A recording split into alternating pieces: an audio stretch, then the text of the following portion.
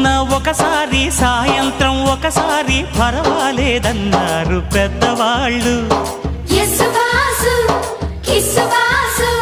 సావిట్లో ఒకసారి సందిట్లో ఒకసారి చలి కాగాలన్నారు చిన్నవాళ్ళు. కొక్కరో బంగారు కోడి ముద్దడితే ముదిరింది వేడి. పిల్లగో చూశాని నాడి అదిరింది కన్నెమాడి. గుట్టుగా దోపిడి చెయ్యనా గుమ్మడి తాళలేను తీపి రాపిడి.